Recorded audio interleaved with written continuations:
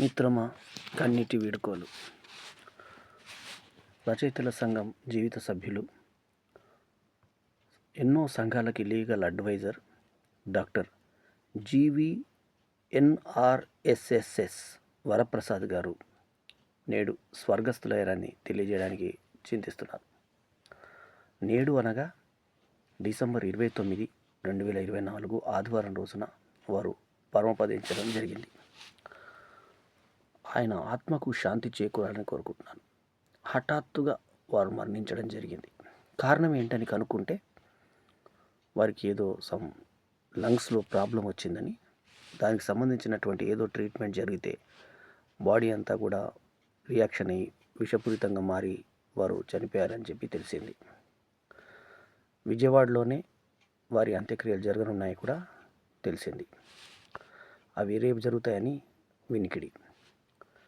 ఈ సమాచారాన్ని ముందుగా మాకు చేరవేసింది అధ్యక్షులు డాక్టర్ పర్చూరి గోపాలకృష్ణ గారు, తెలుగు సినిమా రచయితల సంఘం తరఫున. అట్లాగే ఉమర్జీ అనురాధ ప్రధాన కార్యదర్శి, డాక్టర్ నటరాజు గోపాలమూర్తి కోశాధికారి వాళ్ళు ఒక ప్రకటనను ఈ రకంగా ఒక మెసేజ్ని పంపించడం జరిగింది వారి ఫోటోతో సహా. ఇక 3 శివుని నామాలతోటి, అంటే ఇట్లా ఒక బొట్టు మధ్యలో పెట్టుకొని విభూతిలాగా త్రినేత్రం లాగా ఉంటుంది అయింది, అట్లాంటి బొట్టు పెట్టుకొని చక్కటి మీసకట్టుతో తెల్లటి రంగుతో దగదగా మెరిసిపోయేటువంటి వర్ణంతో ఉండేటువంటి వరప్రసాద్ గారిని ఎప్పుడు చూసినా కూడా ఆధ్యాత్మికత గోచరిస్తుంది. ఆయన ఇంటి చుట్టూ సినిమా వాళ్ళు ఎప్పుడు తిరుగుతుంటారు. షర్మిల లాంటి పెద్ద పెద్ద ప్రముఖులు, రాజకీయ ప్రముఖులకి ఆయన అడ్వకేట్గా ఉన్నారు. సో ఎన్నో గొప్ప గొప్ప కేసుల్ని ఆయన చేసి ఇటు కింద కోర్టు నుంచి హైకోర్టు నుంచి సుప్రీంకోర్టు న్యాయవాదిగా ఎదిగారు. నటులుగా కూడా మంచి ప్రస్థానాన్ని కొనసాగించారు. నవరస నటనా సార్వభౌమ సత్యనారాయణ, మోహన్ బాబు లాంటి ప్రముఖులు పోషించినటువంటి యముడి పాత్రను అంతే సమర్థవంతంగా మంజులా సురోజు డైరెక్షన్ చేసినటువంటి కొత్త సినిమా, రాబోతున్న సినిమా మనం మారాలి, దానికి స్వచ్ఛ భారత్ అని కూడా ఇంకో పేరుంది. ఆ సినిమాలో ఆయన ఒక మంచి వేషం వేస్తూ, అందులో హీరో వేషానికి నన్ను రికమెండ్ చేస్తూ, నా డైరీ ద్వారా పరిచయమైనటువంటి మంజులని తను ఆ సినిమాలో ఆయన యాక్ట్ చేస్తున్నప్పుడు మళ్ళీ తిరిగి నన్నే ఆవిడకి పరిచయం చేసి, పరిచయం అంటే మా ఇద్దరికి ఎప్పుడో పరిచయం ఉంది. వారికి యాక్చువల్లీ తెలుగు విశ్వవిద్యాలయంలో ఒక జడ్జిగా నేను వెళ్ళినప్పుడు మొదటి బహుమతి అందుకున్న మొదటి బ్యాచ్ స్టూడెంటు మంజులా సురోజు. సో అట్లా ఒక రకంగా నాకు శిష్యురాలని చెప్పుకోవచ్చు. ఆమె డైరెక్షన్ చేసినటువంటి ఆ సినిమాలో హీరో రోల్కి నన్ను సజెస్ట్ చేసినటువంటి మంచి మనిషి వరప్రసాద్ గారు. మా ఇద్దరు కాంబినేషన్లో వచ్చిన సీన్లు అదిరిపోతాయి. కొన్ని కారణాంతరాల వల్ల, కొంచెం ఆర్థిక ఇబ్బందుల వల్ల ఆ సినిమా విడుదలకు ఉంది ఇప్పుడు. ఒకవేళ విడుదల అయ్యి ఉంటే కనుక మా ఇద్దరు కాంబినేషన్ జనాలు మెచ్చే కాంబినేషన్గా వచ్చేది. అయితే వారికి సడన్గా పాటలు పాడాలనిపించింది. ఎంతో ప్రాక్టీస్ చేసి త్యాగరాయ గాన సభలో ఒక ప్రముఖ ఫేమస్ గాయకుడు శరత్ చంద్ర గారి సారథ్యంలో ఆయన ఒక సంగీత విభావాన్ని ఏర్పాటు చేయడం జరిగింది. అది త్యాగరాయ గాన్స్లో జరిగితే నేను వెళ్తే వేదిక మీద సాదరంగా నన్ను ఆహ్వానించి ఆలింగనం చేసుకొని నా గురించి చాలా గొప్ప మాటలు చెప్పారు ఆయన. నేను కూడా ఆయన గురించి గొప్ప మాటలు చెప్పాను. నా సంస్థ ద్వారా ఆయన ఎన్నో విశిష్ట పురస్కారాలని అందుకున్నారు. ఈ నా సంస్థనే కాదు, ఎన్నో సంస్థల ద్వారా అందుకొని కొన్ని రికార్డ్స్ వాళ్ళతో కూడా ఆయన జతగట్టి ఉన్నారు. ఎన్నో సంస్థలకి, టీవీ రచయితల సంఘం కావచ్చు, ఇంకెన్నో సంస్థలకి ఆయన లీగల్ అడ్వైజర్గా, ఎన్నికలు చేసేటప్పుడు వీట్ ఆఫీసర్గా ఎన్నో అట్లాంటి పదవులను అలంకరించినటువంటి వ్యక్తి. ఇంతేకాకుండా తను వృత్తిరీత్యా లాయర్ అయినా ప్రవృత్తి రీత్యా నటుడిగా కొనసాగుతూ ఎందరో సినిమా వాళ్ళకి ఆయన ఎన్నో ఇది చేసేవారు. అట్లాగే నరేష్ తదితర హీరోలు నటించినటువంటి సినిమాల్లో అతను కీలకమైన పాత్రలను ఎన్నిటినూ సమర్థవంతంగా పోషించి నటుడిగా కూడా బేష్ అనిపించుకున్నారు.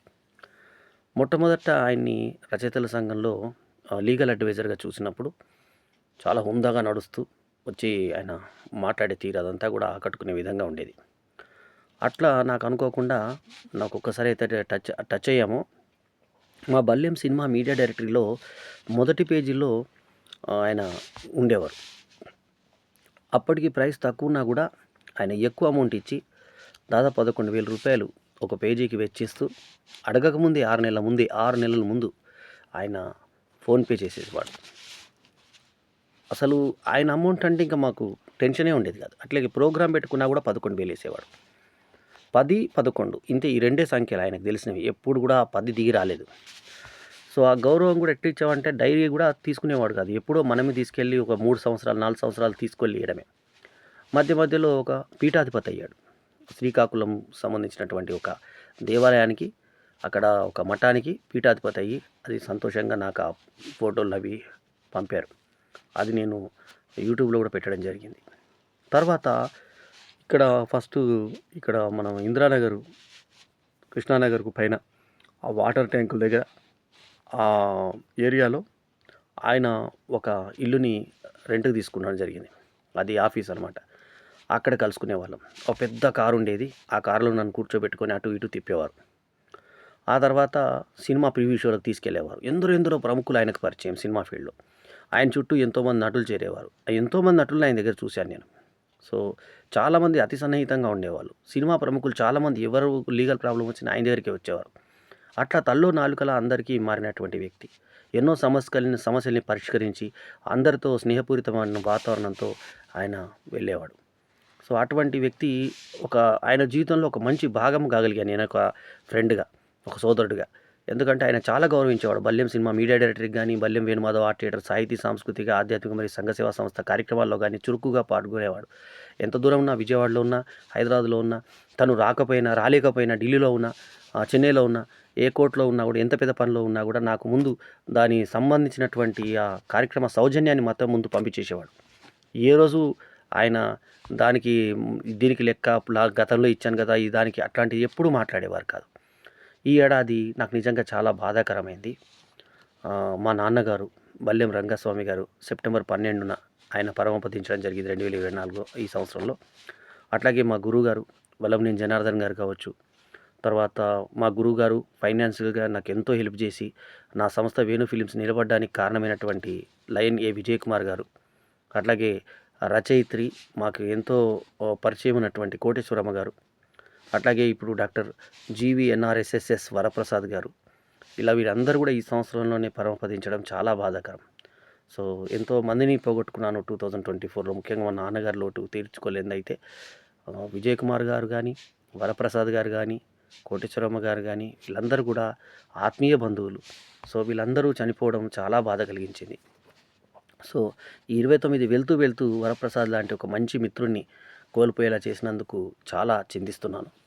సో ఆయన నన్ను చాలా గౌరవించేవారు, చాలా ఇష్టపడేవారు. నన్ను హీరోగా కూడా ఒక బయట సినిమాకు అవకాశం ఇప్పించి చాలామందికి నన్ను మంచి నటుడిగా పరిచయం చేసినటువంటి గొప్ప వ్యక్తి. అందరితో కూడా ఇప్పటిదాకా వివాదరహితంగా ఉన్నటువంటి మంచి మనిషి. అతని ఆత్మకు శాంతి చేకూరాలని మరీ కోరుకుంటూ ఈ మహా వ్యక్తికి నీరాజనాలు అర్పిస్తున్నాను.